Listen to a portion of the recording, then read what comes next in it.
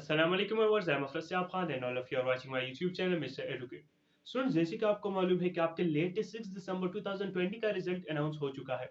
काफ़ी ज़्यादा स्टूडेंट्स ने बहुत बेहतरीन स्कोर किया है। इवन स्टूडेंट्स ने 65, 75 और 80 तक भी स्कोर किया है और काफ़ी ज़्यादा ऐसे स्टूडेंट्स हैं जिनके मार्क्स 50 से कम है। वो स्टूडेंट जिनके मार्क्स 50 से कम है, 49 है, 42 है, 45 है, 48 है, यानी जो फेल हो गए लॉ एडमिशन टेस्ट में, अब उनके पास क्या अपॉर्चुनिटीज मौजूद है, क्योंकि उनकी तरफ से कमेंट बॉक्स में काफी ज्यादा क्वेश्चन थे। और इसके अलावा ये स्टूडेंट लॉ एडमिशन टेस्ट में क्यों फेल हो जाते हैं, इनके क्या मेन रीजन है। आज के इस पार्टिकुलर वीडियो में मैं आपके साथ इन टॉपिक्स के रिलेटेड इन्फॉर्मेशन शेयर करने वाला हूँ। उससे पहले अगर आपने अभी तक मेरे चैनल को सब्सक्राइब नहीं किया तो मेरे चैनल को सब्सक्राइब करें और साथ ही बेल आइकन पे भी क्लिक करें ताकि आपको new updates law admission test और लॉ यूनिवर्सिटीज के रिलेटेड मिलती रहे। तो चलिए वीडियो शुरू करें। सबसे पहले स्टूडेंट्स बात करते हैं उन स्टूडेंट्स के बारे में जिनके लॉ एडमिशन टेस्ट में 50 से कम मार्क्स है, यानी 48 है, 47 है, 49 है, 45 है। अब उन स्टूडेंट्स की तरफ से ये क्वेश्चन है कि सर क्या हमें एलएलबी के प्रोग्राम में अब एडमिशन नहीं मिलेगा, क्या हम लॉ को एज अ प्रोफेशन चूज नहीं कर पाएंगे। उनके लिए यहाँ पर मैं इंपॉर्टेंट इन्फॉर्मेशन ये बताता चलूँ कि अगर वो स्टूडेंट गवर्नमेंट इंस्टीट्यूट में एडमिशन लेना चाहते हैं, गवर्नमेंट इंस्टीट्यूट के लिए जरूरी है कि उनका लॉ एडमिशन टेस्ट क्लियर हो, यानी उनके मार्क्स 50 या 50 से ज्यादा हो। और मजे की बात कि गवर्नमेंट इंस्टीट्यूट की जो एडमिशन है वो फुल सीजन में ओपन होते हैं, यानी जून से लेके अक्टूबर तक। उनके पास ये अपॉर्चुनिटी है कि जून से पहले इंशाल्लाह एक दो मरतबा उनका लॉ एडमिशन टेस्ट कंडक्ट हो जाएगा।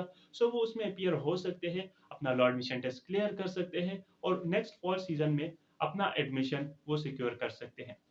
लेकिन अगर वो चाहते हैं कि नहीं, हम गवर्नमेंट इंस्टीट्यूट में एडमिशन लेना नहीं चाहते, प्राइवेट इंस्टीट्यूट में जाना चाहते हैं, तो उनके पास ये अपॉर्चुनिटी है कि अगर उस कॉलेज के साथ जो आपके एरिया में आपकी सिटी में है उनके पास अगर स्पेस है, तो ये उनके साथ एक एग्रीमेंट साइन कर सकते हैं कि उस कॉलेज के जो एग्जाम होंगे एलएलबी के फर्स्ट ईयर के, कि उनसे पहले जो लॉ एडमिशन टेस्ट कंडक्ट होगा, ये स्टूडेंट उस लॉ एडमिशन टेस्ट को क्लियर करेगा और जब क्लियर कर लेगा तो उस कॉलेज के साथ अपना रिजल्ट जमा कर लेगा। इसी तरह वो देन उनके एग्जाम्स में भी अपीयर हो जाएगा। लेकिन अगर कॉलेज के एग्जाम से पहले स्टूडेंट का लॉ एडमिशन टेस्ट क्लियर नहीं होता, देन इनकी जो फीस है वो ज़ाया हो जाएगी। यानी अगर आप गवर्नमेंट इंस्टीट्यूट में जाना चाहते हैं, वैसे भी आपने एडमिशन लेना होगा फॉल सीजन में। आपने फॉल सीजन में एडमिशन लेना है, उससे पहले लॉ एडमिशन टेस्ट कंडक्ट होंगे इंशाल्लाह। आप उस लॉ एडमिशन टेस्ट में अपीयर हो जाएं और अपना टेस्ट क्लियर कीजिए और अपना एडमिशन सिक्योर कीजिए। लेकिन अगर आप प्राइवेट सेक्टर की तरफ जाना चाहते हैं, तो वहां पर आप उनसे इन्फॉर्मेशन लीजिए कि क्या उनके पास स्पेस है। वो आपको ये रिलैक्सेशन दे सकते हैं कि विदाउट लेट टेस्ट आपको एडमिशन दे देंगे और आपके साथ ये एग्रीमेंट साइन कर लेंगे कि हाँ, जब आपका लेट टेस्ट का रिजल्ट आ जाएगा, आपने एग्जाम से पहले वो हमारे साथ सबमिट करना होगा और उसके बाद आप यूनिवर्सिटी के एग्जाम में अपीयर हो सकेंगे। ये अपॉर्चुनिटी भी आपके पास मौजूद है। अब यहाँ पे बात करते हैं कि स्टूडेंट्स के लॉ एडमिशन टेस्ट में ये मार्क्स क्यों कम आते हैं। स्टूडेंट्स, आपको ये मालूम होगा कि आपका जो लॉ एडमिशन टेस्ट है ये एक जनरल टेस्ट है। एचएससी ने हमें कोई भी एक स्पेसिफिक बुक रिकमेंड नहीं की, बल्कि उन्होंने हमें सिलेबस दिया है कि ये है आपका सिलेबस, आपने इस सिलेबस से प्रिपरेशन करनी है।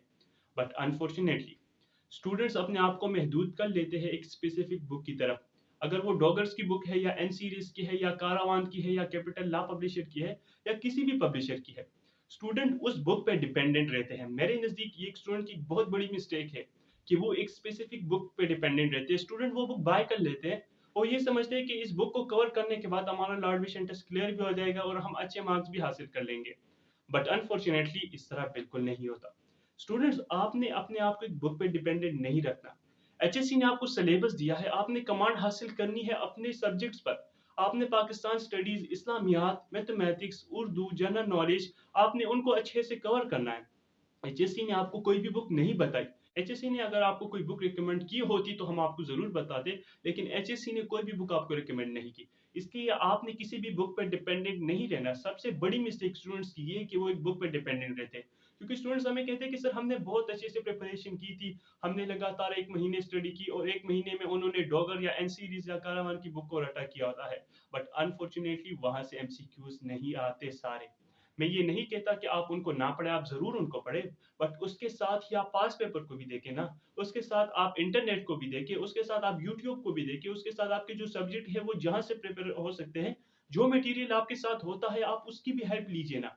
आपका जो सब्जेक्ट है आपने उसको कवर करना है, आपने उस पर कमांड हासिल करना है, ना कि आपने सिर्फ एक बुक पे डिपेंडेंट रहना है।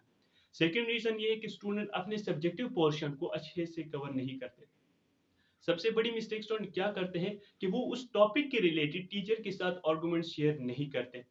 मैंने इस मर्तबा देखा काफ़ी ज़्यादा स्टूडेंट्स के पर्सनल स्टेटमेंट में 0 मार्क्स भी आए हैं, क्योंकि उन्होंने टॉपिक से हटकर डिस्कशन की। स्टूडेंट्स ने मुझे कहा कि सर एचएससी को तो ये चाहिए था कि 1-2 मार्क्स तो दे देते आउट ऑफ 10। भई आपने कुछ लिखा ही ऐसा नहीं है कि टीचर उससे इम्प्रेस हो जाए। आपने टॉपिक के मुताबिक डिस्कशन ही नहीं की, सो टीचर आपको क्यों 1-2 मार्क्स भी दे? वो तो टीचर पे डिपेंड करना है कि वो आपको मार्क्स देना चाहता है या नहीं। लेकिन अगर आप अपने टॉपिक के मुताबिक इन्फॉर्मेशन या आर्गुमेंट शेयर नहीं करेंगे, सो टीचर आपको मार्क्स नहीं देगा। यहाँ पे 2 मेन मिस्टेक्स हैं, मैं आपको दोबारा बताता चलूँ। नंबर फर्स्ट कि वो एक बुक पे डिपेंडेंट रहते हैं, अपने सब्जेक्ट्स को अच्छे से कवर नहीं करते, और दूसरी उनकी जो सब्जेक्टिव का पोर्शन है उस पे कमांड सही से नहीं होती। अब यहाँ पे स्टूडेंट क्वेश्चन करते हैं कि हम अपने सब्जेक्टिव के पोर्शन को किस तरह अच्छे से प्रिपेयर रखें। स्टूडेंट्स यहाँ पर आपने अपने आप को करंट अफेयर से अवेयर रखना है। यानी अगर टीचर ने आपको वहाँ पर एक ऐसा टॉपिक दिया है जो करंट अफेयर्स के रिलेटेड है, सो वहाँ पर आप उसके मुताबिक टीचर के साथ आर्गुमेंट शेयर कर सकते हैं। इससे जो आपका जो टीचर होगा वो इम्प्रेस होगा कि हाँ, मेरा जो स्टूडेंट है उसने बहुत बेहतरीन इन्फॉर्मेशन मेरे साथ शेयर की, सो वो आपको ज़्यादा मार्क्स देगा। लेकिन अगर आप पहले से ही कायद-ए-आज़म या अल्लामा इकबाल या माय बेस्ट टीचर ये ऐसे याद करके चले जाते हैं, तो वहाँ पर इस टाइप के ऐसे या इस टाइप के पर्सनल स्टेटमेंट आपसे नहीं पूछे जाते। सो आपने इस बात का भी खसूसी ख्याल रखना है। और दूसरी बात स्टूडेंट, अगर आप मेहनत करेंगे तो आपको इसका सिला ज़रूर मिलेगा। अल्लाह पाक किसी की मेहनत को ज़ाया नहीं करता, लेकिन मेहनत हलाल तरीके से होनी चाहिए। मैं इसको हलाल मेहनत का नाम दूँगा। अगर आपके पास आज 1 हॉवर या 2 हॉवर है, सो आपने उसको किस तरह प्रोडक्टिव बनाना है, आपने इस पे वर्क करना है कि आपने 1 घंटे या 2 घंटे को किस तरह प्रोडक्टिव बनाया, आपने कितने हॉवर कितने बेहतरीन तरीके से स्टडी की, आपने अपने सब्जेक्ट्स पर किस तरह कमांड हासिल किया। सो आपने इस पे भी ज़रूर फोकस करना है। ये कुछ इंपॉर्टेंट इन्फॉर्मेशन थी जो मैं आपके साथ शेयर करना चाह रहा था। अपना बहुत ज़्यादा ख्याल रखिएगा और दुआ में याद रखिएगा। अल्लाह हाफ़िज़।